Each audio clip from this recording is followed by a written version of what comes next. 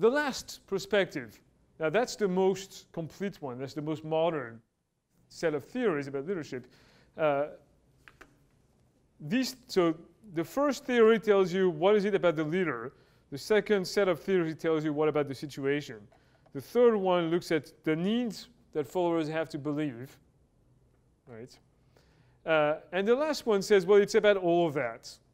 Leadership is a process of social influence where leaders are influenced by their followers and influence their followers in turn, essentially through storytelling. What this tells you is that leaders are great storytellers. They tell a story that changes people's worldview and inspires them to act and change the world, right? That's kind of like what leadership is. So the two main theories that fall under that category are called charismatic and transformational leadership. So charisma is a characteristic that is sometimes named about leaders. The leaders are charismatic, right? What is charisma? At the beginning of the 20th century, the first author who studied charisma was Max Weber, a German sociologist, who studied authority. And he came with the idea that, why do we listen to people in power? And he came up with three reasons. One was tradition. We accept that people who traditionally were leaders continue to be leaders. So any monarchy falls in that realm. Religious power follows that rule, right? In a way, inheriting, even in capitalist societies, you inherit your wealth from your rich parents, and that by tradition, you're allowed to keep it, right? The second was rational legal, and the third one was charisma. So charisma, by Max Weber, was defined as the quality of a person touched by the grace of God. Right? The idea is like it's something magic, it's something special that we don't understand. Since then, we have a better understanding of it. The idea is that charisma is the ability that certain people have to tell a story that resonates with people's guts, talks to them, resonates with not just their head, but with their heart and at an unconscious level. So Steve Jobs had a great ability to recruit smart people to work for him in his company, the best programmers. And he did it with this line. He said, "Come work for me to put a dent in the universe." That was his line, right? Come put a dent in the universe with me. Come work with Apple. That's what we're working for. We're not just trying to build products. We're trying to put a dent in the universe. That's charisma, right? That's like, you hear that from Steve Jobs. I want you to come help me put a dent in the universe. You're like, wow, okay, I'm ready for that. That's charisma, right? How do you inspire people to buy into a vision of how you can change the world, right? But the same thing is true. You look at Gandhi, you look at Hitler, you look at Bin Laden, you look at Martin Luther King, you look at Mother Teresa, you look at Jesus, you look at Dumbledore, you look at Gandalf. They all are people who can give a speech at some point that people hear, and it makes your hair rise, and you're like, yeah, that's my mission. That's what I'm on earth for.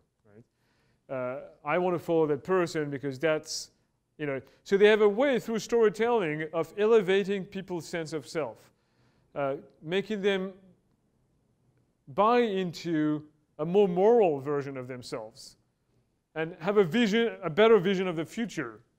They describe what the future could look like, an idealistic version of the future that spurs people to follow them to create that version of the future. Now, what's interesting is, in order to be able to tell that story, you need to understand your followers intimately. So you don't just come up with your own crazy version of the future. If you do that without knowing what other people feel, your story will not resonate with them. So that's where politicking comes into, but also spending time with your followers. You look at Gandalf. He spends a lot of time with the people that he's asking to accompany him, so that he can speak to them in a language they understand. Right? in a way, you can see how this relates to the previous approach that you have to be a good actor. You know, leaders are kind of a good actor, but where I said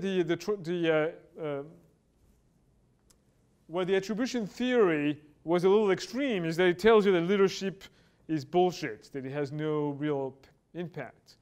Whereas this tells you, yeah, you might be right. Storytelling is not actually taking action, but if it inspires people to take action, then it actually has an impact. In fact, since then, for example, there's been a lot of studies that look at how CEOs' speeches influence the stock performance of their company. You know, a great example of that is Tesla. You look at Elon Musk is very, very good at managing his self-image and making statements that completely influence the stock performance of his company.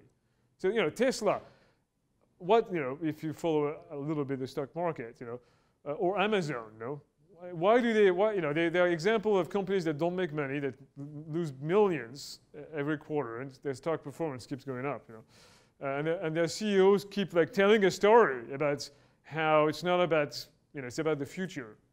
Typically, Wall Street doesn't fall for that. Wall Street wants, where are the results right now? But for, Amazon and Tesla, their CEOs are able to tell a story that people are like, yeah, we could, they have a view of the future that's, if it happens, is going to make a lot of money. That in a way, a lot of companies had that speech before the dot-com bubble burst, in 2000. So I don't know. I mean, I don't know if I don't know if they will realize their future or not, but I certainly know that they're very good at telling the story and influencing their stock performance.